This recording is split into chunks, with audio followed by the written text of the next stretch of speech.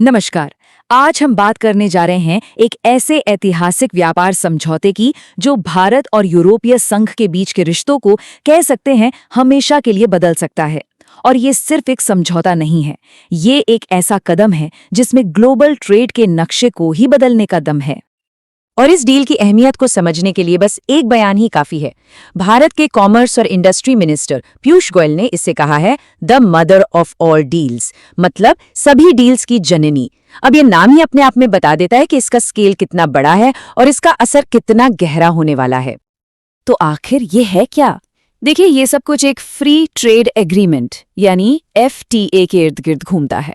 अब बहुत सिंपल शब्दों में समझें तो ये दो या दो से ज्यादा देशों के बीच एक तरह का सौदा होता है। इसमें वो तय करते हैं कि एक दूसरे के सामान पर जो टैक्स लगता है ना, जिसे हम टैरिफ कहते हैं, उसे या तो कम कर देंगे या पूरी तरह से खत्म कर देंगे। इससे होता क्या है, ट्रेड करना आसान हो जाता है और इकोनॉमिक रिश्ते भी काफी मजबूत होते हैं। तो चलिए सबसे पहले ये समझते हैं कि इस डील को इतना बड़ा क्यों कहा जा रहा है। आखिर इसके पीछे की कहानी क्या है और कैसे सालों की मेहनत के बाद ये ऐतिहासिक पल मुमकिन हो पाया। देखिए, ये कोई रातों रात मिली कामयाबी नहीं है। इसकी कहानी काफी लंबी है। बातचीत शुरू हुई थी 2007 में, सोचिए 2007 में, लेकिन फिर कई सालों तक मामला अटका रहा।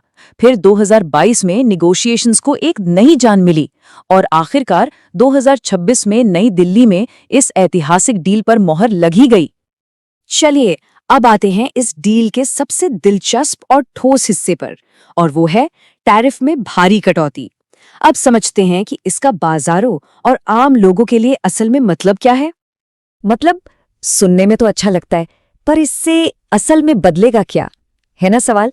तो इसे समझने के लिए एक बहुत ही सॉलिड उदाहरण लेते हैं जिससे सारी पिक्चर क्लियर हो जाएगी। और वो उदाहरण है भारत में हाई एंड यूरोपियन कारों की कीमतें। ये एक ऐसा सेक्टर रहा है जिसे भारत हमेशा से प्रोटेक्ट करता आया है और इसीलिए ये नेगोशिएशंस का एक बहुत ही बड़ा और अहम मुद्दा था। अब जरा इस बदलाव की साइज को देखिए।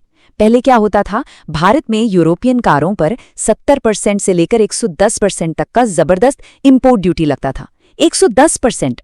और अब इस डील के बाद इसे धीरे धीरे कम किया जाएगा और टारगेट क्या है, सिर्फ 10%।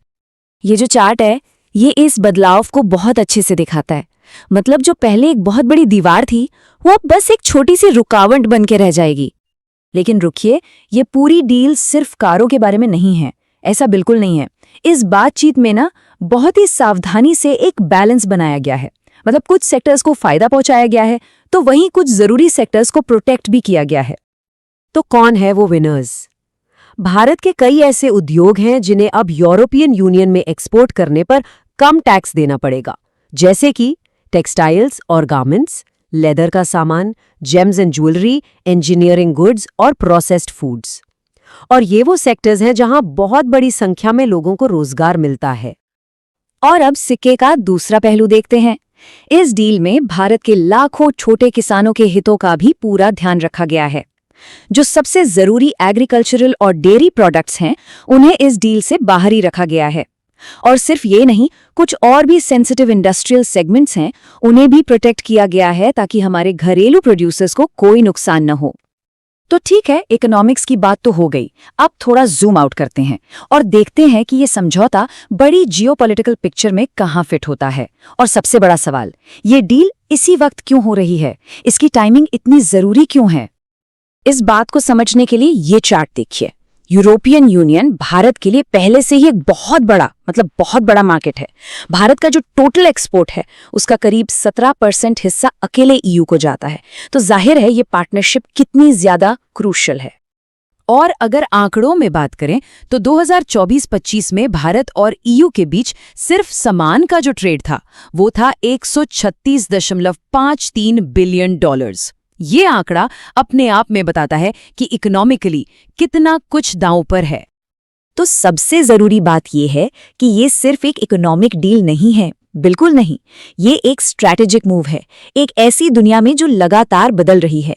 इसके बड़े लक्ष्य क्या हैं? पहला, ग्लोबल ट्रेड में जो उथल-पुथल मची है उसके बीच इंडिया EU के रिश्तों को और मजबूत करना। दूसरा, अपने ट्रेड पार्टनर्स को डाइवर्सिफाई करना, मतलब किसी एक पर डिपेंडेंट ना रहना। और तीसरा, और ये बहुत जरूरी है, दोनों के लिए ही, चीन पर अपनी आर्थिक निर्भरता को कम करना। तो चलिए, डील की बातें तो हो गईं। अब सवाल ये है कि आगे क्या होगा। इस ऐतिहासिक समझौते को जमीन पर उतारने के लिए फाइनल स्टेप्स क्या होंगे?